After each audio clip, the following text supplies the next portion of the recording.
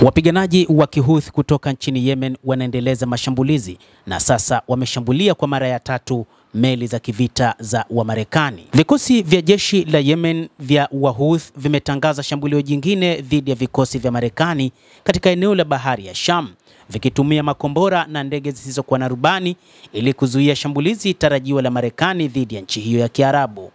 Vikosi vya Yemen vimesema kupitia taarifa iliyotolewa siku ya Jumanne asubuhi kwamba utawala wa Marekani unabeba dhima kamili ya kuleta vita katika bahari ya Sham na kushadadisha taharuki kwa kuishambulia Yemen.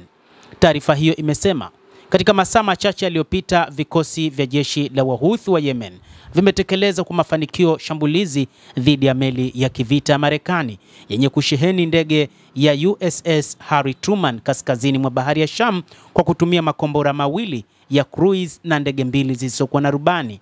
Aidha, tumeshambulia meli nyingine za kivita za Marekani kwa kombora moja la cruise na ndege 4 zisizokuwa na rubani, taarifa ya Wahouthi imeeleza. Vikosi vya jeshi la Yemen vimeonya kwamba vitaendelea kushambulia vikosi vyote vya adui katika bahari ya Sham na bahari ya Arab hadi mashambulizi yao yakome.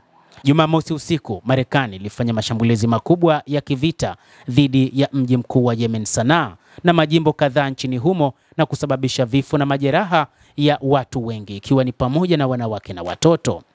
Ndege za kivita za Marekani na Uingereza zilifanya mashambulizi 47 ya anga kwenye maeneo kadhaa katika mji mkuu wa Yemen, Sanaa, pamoja na maeneo jirani katika mikoa ya kaskazini mwa Saada, mkoa wa kati wa Al-Baida na mkoa wa kusini magharibi mwa Dhamar.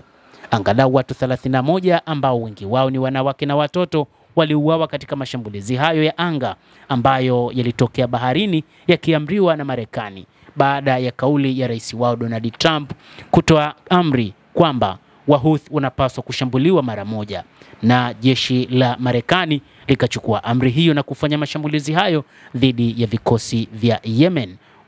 Kadhalika, vikosi vya ulinzi vya Yemen vimewatumia salamu za kuwatakia amani wananchi wote wa Yemen na wale waliokomboka kifikra katika umma wa Kiislamu ambao wametangaza upinzani dhidi ya uchokozi huu wa Marekani na kusisitiza kuwa wataongeza operesheni zao za kuzuia meli za utawala wa Israel zisipite katika eneo pale mzingiro dhidi ya Gaza utakapoondolewa. Hata hivyo, wakazi katika maeneo ya mji mkuu wa Yemen, Sanaa, wameonekana wakiwa wanafanya maandamano kupinga mashambulizi yanayofanywa na Israel katika ukanda wa Gaza, lakini pia kupinga mashambulizi yaliyofanywa na Marekani katika nchi hiyo ya Yemen.